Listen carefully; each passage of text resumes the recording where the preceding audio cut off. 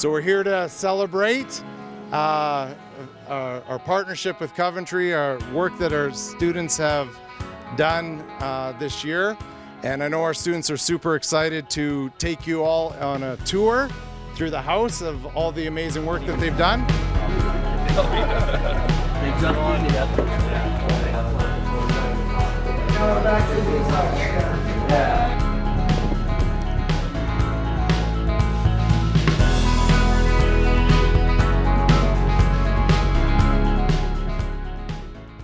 I thought it was just like a great opportunity to get your credits in, and I thought it was really cool to like build and help other students, interact with students, and get to know the tradespeople. And the tradespeople were really fun. Like there was some really good tradespeople, and I think one of the reasons why I chose electrical was because I had those people that came and was just on top of everything. They talked to me, and like there was a couple electricians that were girls, and so I was like, maybe this could be good for me. Like, so yeah, I don't know. I think it's pretty cool. I'm really glad I picked this program. So great leg up for them to be able to sit there and go, I want to be a framer or a drywaller or an HVAC guy.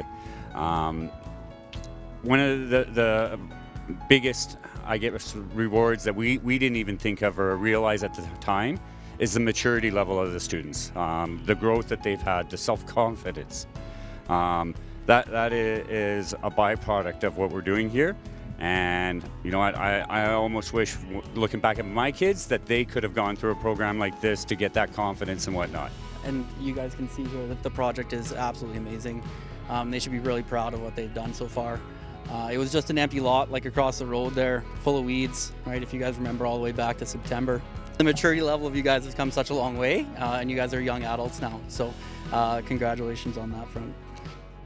One of the things we've done is, in lockstep with this program, we're encouraging the students into the RAP program if the trades are what they want to pursue.